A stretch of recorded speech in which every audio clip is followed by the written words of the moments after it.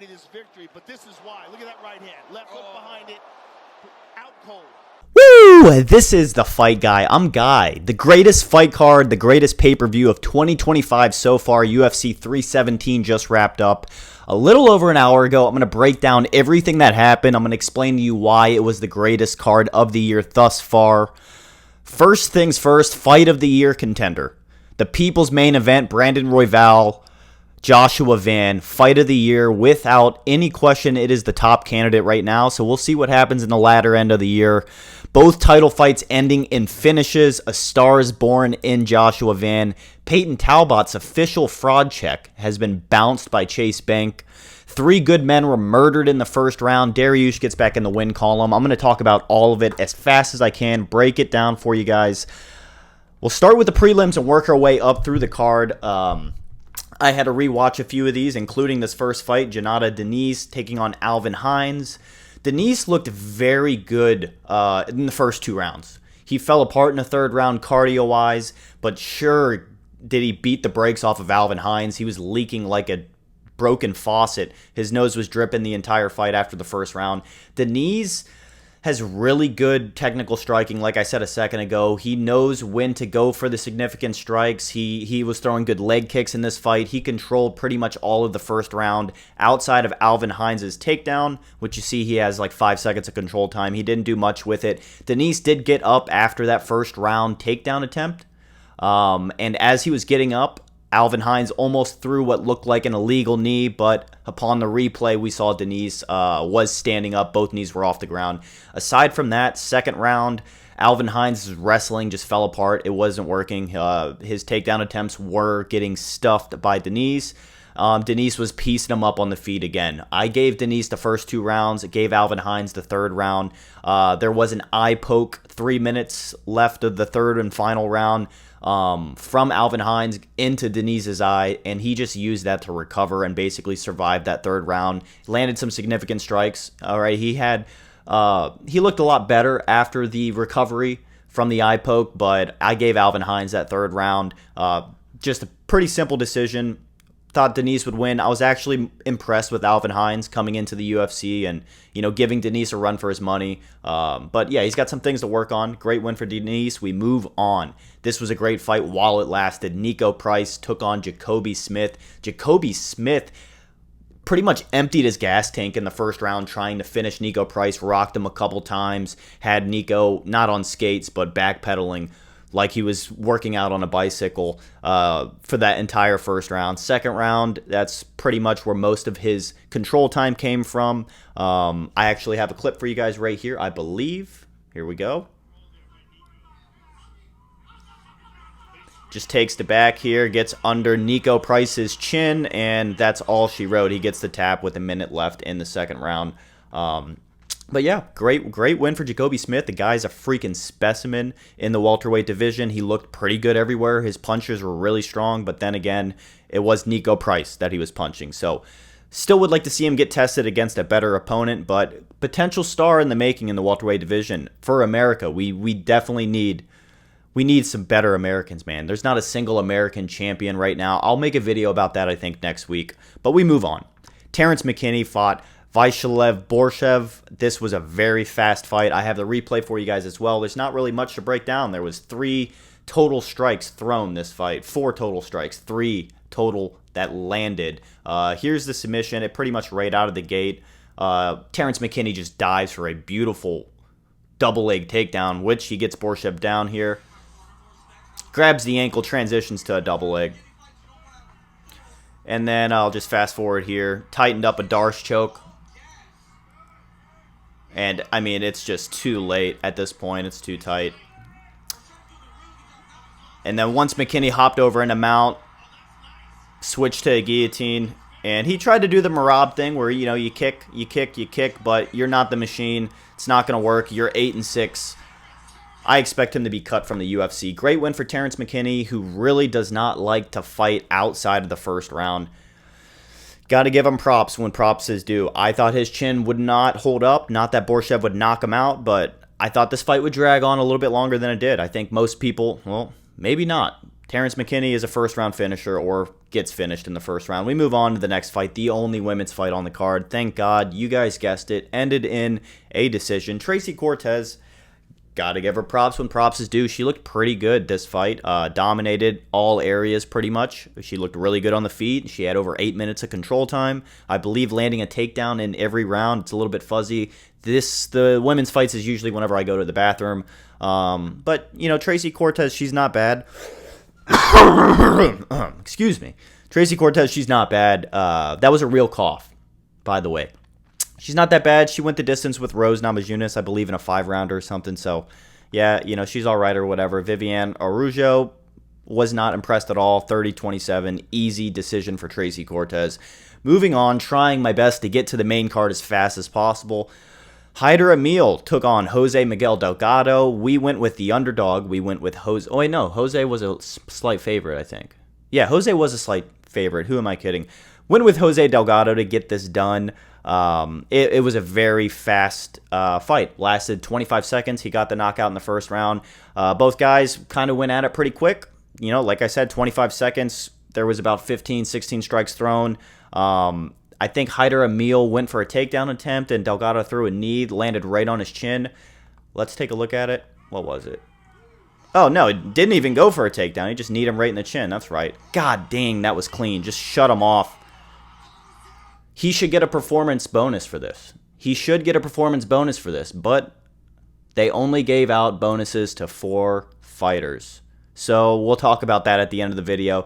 Beautiful knee by Jose Delgado. I thought Amil would be a little bit more durable than that, but then again, I've never taken a full force knee from a UFC featherweight to my chin before.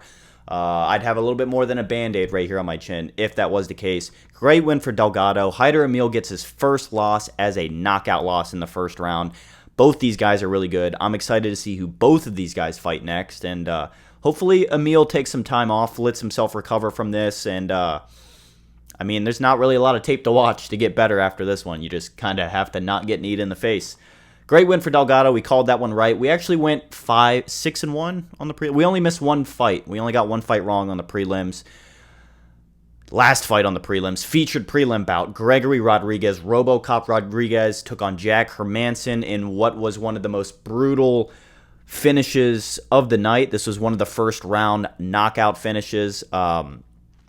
Jose Delgado was the first one. But Gregory Rodrigues, you know, this was fun while it lasted. Jack Hermansson was doing pretty good, you know, defending most of the shots in the first round. As you can see, this made it to the last 40 seconds of the first round before it was finished. Gregory Rodrigues, I know it says that he only had 18 total strikes, but the strikes that he was landing was worth like 2 or 3 of Jack Hermansson's in terms of power. They were landing a lot better. But yeah, I mean, I got to play this clip for you. Jack Hermansson was, I think he's still unconscious right now, and his fight was about 4 hours ago, 5 hours ago. Let's go ahead and play the finish from RoboCop right here for you. I wonder if this will try. Oh my gosh. And then right here. So a lot of people on X were saying that this is RoboCop's fault 100% for that unnecessary follow-up shot. Jack Hermansson was completely out, flatlined on his back, collapsed. He shouldn't have followed up. However, you know, if you want to count with me, it was about 2.5, 3 seconds before Rodrigues followed up with that nasty shot that probably killed Jack Hermansson. I think he's dead. I haven't heard any update. Dana kind of dodged the question in the post-fight interview, which he also dodged other questions on why the other fighters weren't getting bonuses when they very well deserved it. But we're going to watch this again right here. Puts him out, 42 seconds. All right, it was really at the end of 43 seconds. Okay, about 2.5 seconds, 3 seconds. I like to round up. I took a lot of math classes in college. This is supposedly the best ref in the history of mixed martial arts. This is Herb Dean. It's just proof that you're never going to get perfect referees in there.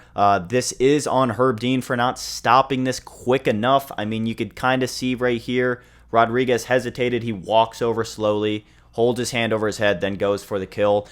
It's the fighter's job to finish the fight until he's stopped or pulled off by the referee. Now, I'm not defending this. I would not like this to happen to me. If this was my son fighting and this happened to him, of course, I would be outraged. I'm not defending Rodriguez or defending the ref. This is a little bit on both, but at the end of the day, if they were in court and they had to find one party liable, it would be the referee. It's his job. What are you doing? Are you on your phone? You should be right there behind the action. Not that he was all the way on the other side of the octagon, but Herb Dean, where was the baseball slide when you need it, man? That was a murder. Very hard to watch. But I love Gregory Rodrigues. That's what he does to people. That's not Jared Cannonier. So beautiful knockout win. Dark, dirty. Jack Hermansson is somewhere in a cemetery in Las Vegas outside of the Strip right now.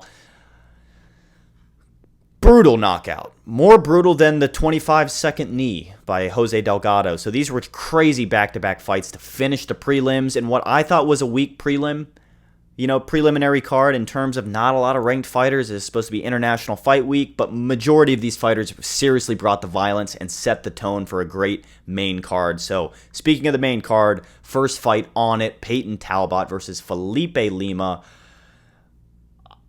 Part of being a man is having the ability to admit whenever you're wrong, and I was totally wrong about Peyton Talbot.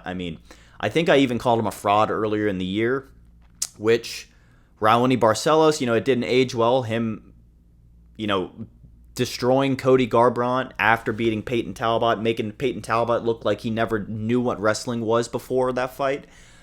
He went in the lab, he worked on his grappling, and he really improved in all those areas. He had answers for every single takedown attempt from Felipe Lima. He had beautiful sweeps that gave him more control time than Felipe Lima. Peyton Talbot didn't go for a single takedown this fight, and he had about 30% more control time than Felipe Lima did. He had great sweeps, like I said. He didn't really go for any submissions. I think Felipe Lima attempted like a leg lock at the end of the third round, but we'll start from the beginning here. First round, what was it? Who did I give it to? I don't even remember. I think every one of these rounds was sort of close, except for the second round. No, the first and second round I think Peyton Talbot took. I don't really remember it clearly. I was very impressed by Peyton Talbot. He landed way more strikes. You could see here he almost tripled Felipe Lima's strikes. His strikes were more significant. They hurt more. Felipe Lima, he landed like a spinning heel kick in the head, but it only partially landed. It didn't look that powerful on top of that.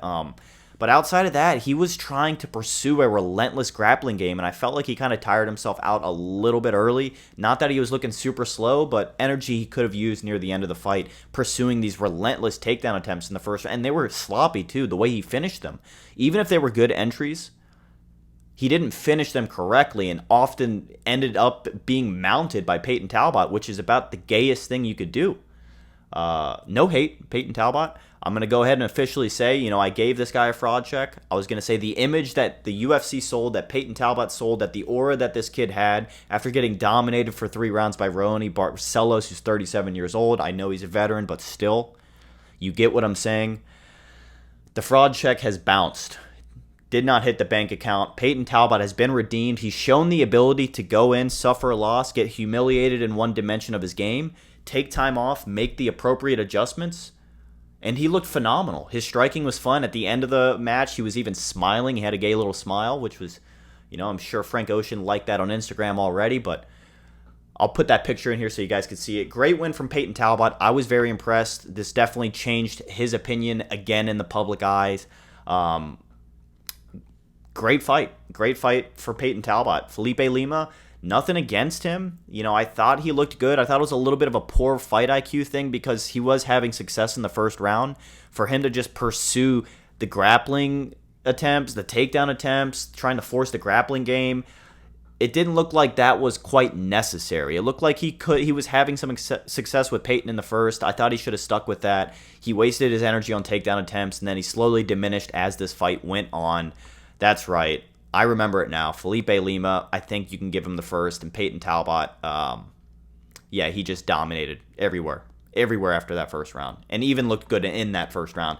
I'm going to continue with the rest of the breakdowns in just a few seconds. If you're still watching this, do me a favor and help me out a ton. Just leave this video a thumbs up.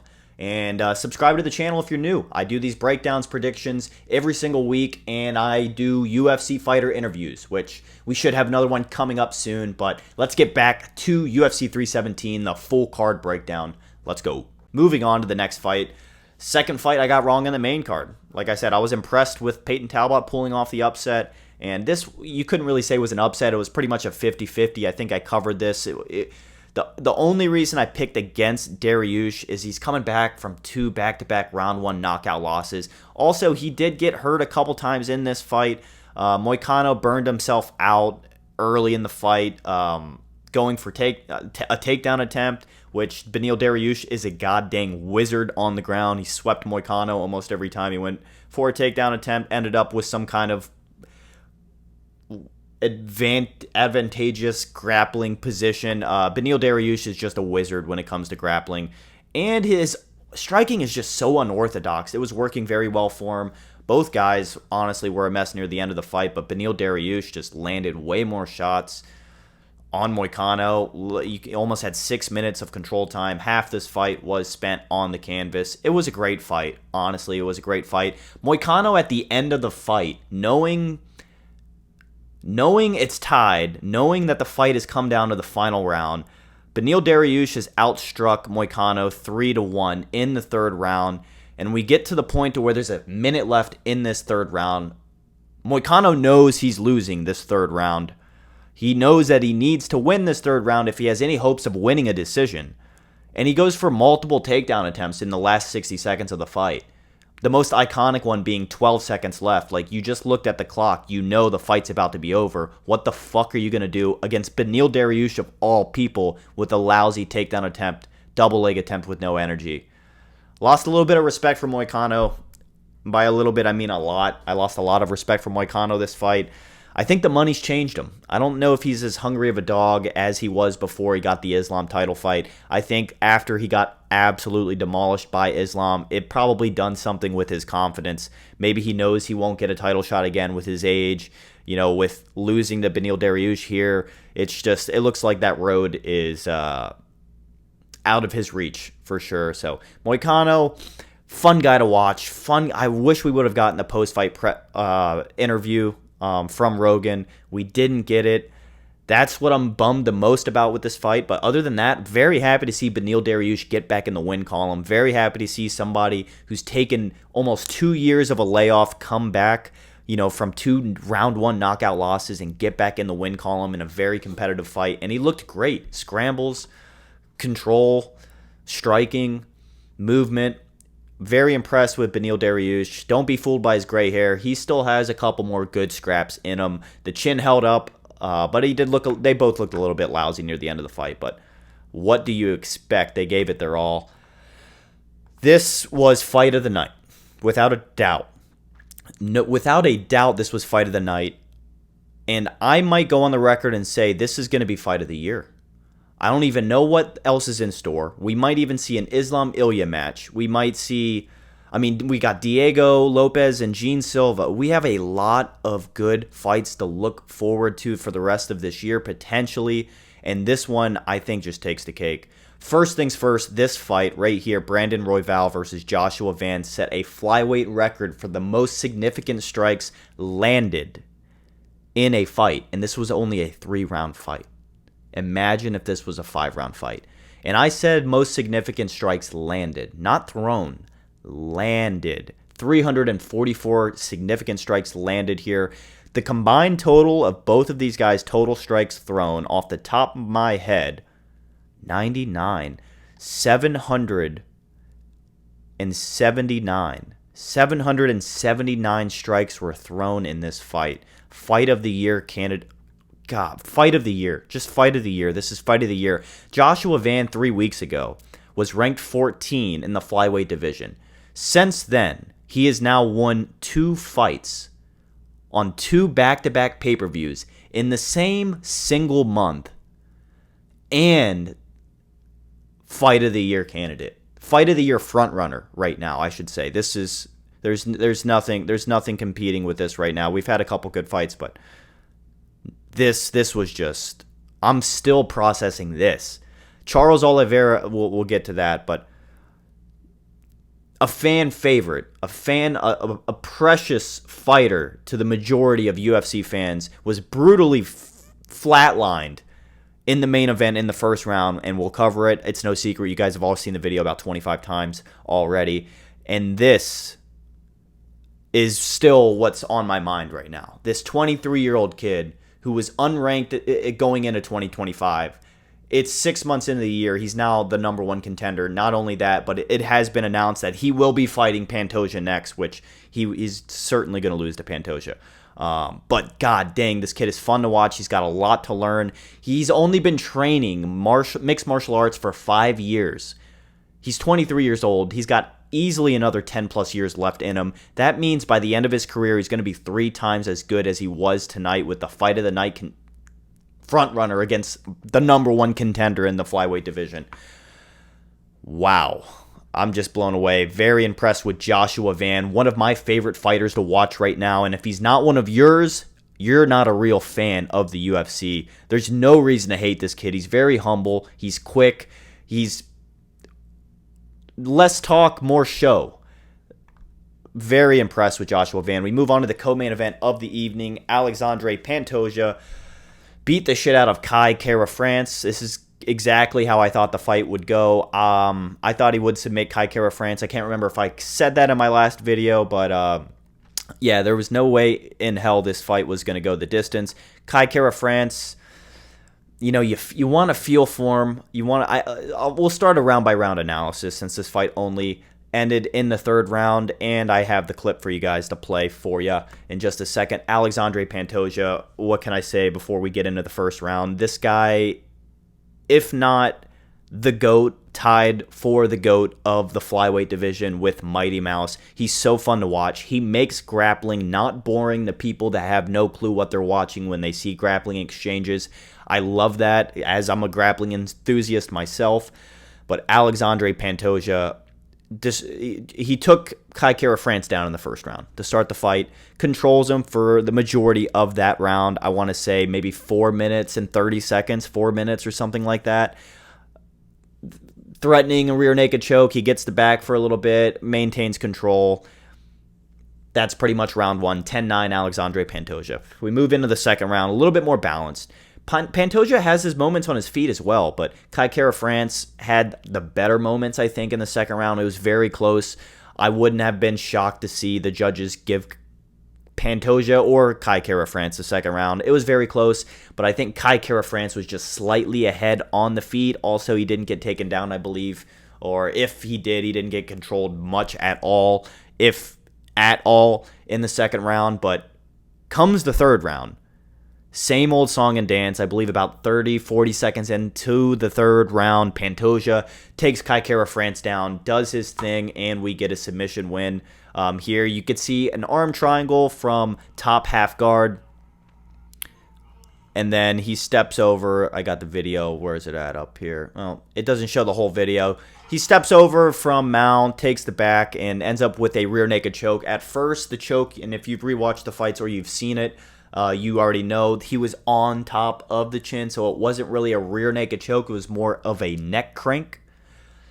But that body triangle, as you can kind of see in this clip here, was so tight. You see how the skin on Kai Kara-France's abdomen is just sucked in completely. That's because the body triangle is pulling his body in one direction, and then the neck crank, which has turned into a rear naked choke, was a neck crank, was pulling his head and his spine in another direction, kind of twisting it a bit, almost like a twister. At the top of your vertebrae, the pressure is not pleasant at all. I think that's why Kai Kara-France kind of opened his chin up a little bit, and Pantoja's arm slipped right under. He got the finish. Absolutely beautiful. Pantoja is a serious menace, man. The Merab super fight in the future, it's on the table. But I think, Pantoja is going to fight Joshua Van. They squared up in the Octagon after the fight. They were both humble about it. Gave him a little hug afterwards, complimented each other, and looks like we're going to get that. If I had to guess, probably 4 months from now, maybe October, maybe the October pay-per-view. We'll probably get Pantoja and Joshua Van in October. That's my guess. Give or take a month. September, November, you get what I'm saying. Great win for Alexandre Pantoja. he is in conversation to be the GOAT of the flyweight division if he isn't already unanimously thought so. I think even Mighty Mouse may agree. We'll see what he says. I'm sure he's got 2 cents he's going to say about it tomorrow. Main event of the evening. You guys saw the clip in the beginning of this video. You're going to see it again in just a second. But Ilia Topuria brutally finishing Charles Oliveira. Now, Charles Oliveira looked good to start this fight. It's easier for me to process this because Joshua Van, I'm very happy for the kid, even though we got that pick wrong. I don't care if I get the pick wrong. I got fighters I really like, and sometimes I got to pick against them for certain circumstances, and this was one of those examples. I really like Charles Oliveira. Man, this would have put the cherry on top if Oliveira would have closed out International Fight Week with a huge upset. But you can't. Ilia Topuria, he's like Thanos, except the Avengers never stood a chance. And he just got all of the Infinity Stones. This is pretty much this is all of the Infinity Stones. I think finishing Islam Makhachev, we might be having a whole different conversation about who this Ilia Topuria guy is. This is the guy that I said in the beginning of the year he should fight a true lightweight before he fights Islam and he fights for the belt.